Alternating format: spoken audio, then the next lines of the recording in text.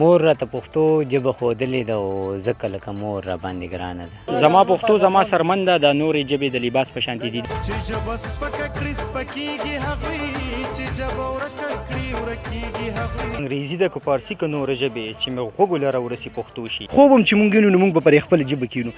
دغه چې څومره څیزونه دي هغه ټول لاشعوري طور په پښتو کې دي. وایو پښتو به لیکو، پښتو به کوو، وایو پښتو به لیکو، پښتو به کوو.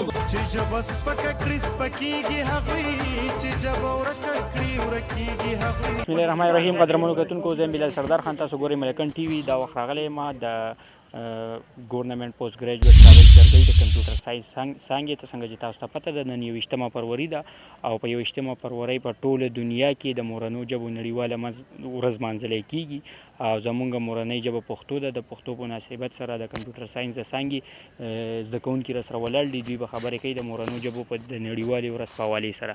شهیر کمال راسره ولاړ دی، تاسو ویل غواړم. شروعات په روغاني بابا د یو شعر نه وکړم چې ژبه څه ده خو د خیال یو ذریعه ده، نو بیا ولې د سبب د بېلېدو شي. انګریزي ده که فارسي که نورې ژبې چې مې غوږو لره ورسي پښتو شي. نن چې کوم دی 21 فروری ده، د مورنیو ژبو چې کوم دی نړیواله ورځ ده، دا په ټوله نړۍ کې لمانځل کېږي او بحیثیت پښتون بحیثیت پښتانه مونږ پښتانه یو، زموږ مورنۍ ژبه پښتانه نه پښتو ده، نو باید چې مونږ دا ونمانځو. 1999 نه پس دا چې کوم دی دا لمانځل کېږي.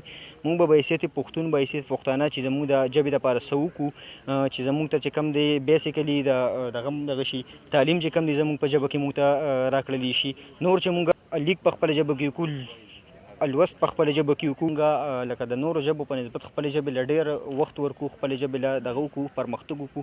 چې مونږ پرمختګ وکړو زموږ سره باید ژبه پرمختګ وکړي. چې ژبه پرمختګ وکړي د هغې سره به مونږ پرمختګ وکړو. زما نوم محمد علي دی او موږ د کمپیوټر ساینس ډپارټمنټ 7 سیمسټر سټوډنټ یو. چونکې نن زموږ د ټولو ژبو یو عالمي ورځ ده، نو موږ خو پښتانه یو چونکې او فخر کوو. نو فخر خو موږ نه پیله په کار په خپله پښتو باندې دی، او بیا دویم زموږ ملک او زموږ ریاست نه هم په کار دا دي چې کم از کم زموږ KPK چې کومه صوبه ده چې په دې کې د اسمبلی کې چې هم کوم اجلاسونه کېږي هغه موږ له په کار په پښتو کې دي، ځکه چې موږ پښتانه یو، موږ په دې باندې فخر کوو. د کمپیوټر ساینس د څانګې یو بل زده کوونکی راسره ولاړ دی، طارق شاه ورو د پښتو ژبې اهمیت بیان کوي. نن د مورنیو ژبو نړیواله ورځ ده چونکې زموږ مورنۍ ژبه پښتو ده. جی بسم الله الرحمن الرحیم.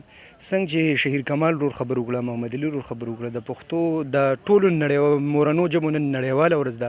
زموږ ژبه چونکې پښتو ده، نو اول خو موږ دا مطالبه کوو چې پښتو د نصاب ژبه شي. د نصاب ژبه دې په دې وجه شي موږ سره څو دلایل دي د دې په باره کې. هغه ژبه چې هغه مورنۍ وي په هغې کې دې ته موږ د لاشعور ژبه ویلی شو. یو شعور وي یو لاشعور وي. لاشعور هغه چې یو خبره موږ ته په پښتو کې موږ وګورو نو خوب به موږ چېرته په بله ژبه کې نه لیدلی، چې موږ چېرته په چاینیز یا په جاپانیز ژبه کې موږ خوب لیدلی. خوب هم چې موږ وینو نو موږ به پرې خپله ژبه کینو. دغه چې څومره څیزونه دي هغه ټول لاشعوري طور په پښتو کې دي زموږ، نو موږ به په نصاب کې هم چې څه په پښتو کې راځي نو موږ په هغې باندې ښه پوهېږو. د ټولو ژبو چې کوم دی عالمي ورځ ده او دغه شان زموږ پښتو هم په دې کې راځي. نو ژبې خو ټولې د میاندو په مثال وي، خو خپله مور چې کوم دی د هغې سره مینه ډېره زیاته وي د نورو په نسبت. نو موږ له پکار دی چې د خپلې مور سره د خپلې ژبې سره مینه وکړو. قومونو چې د خپلې ژبې قدر نه دی کړی هغوی د دنیا د نقشې نه ورک شوي دي.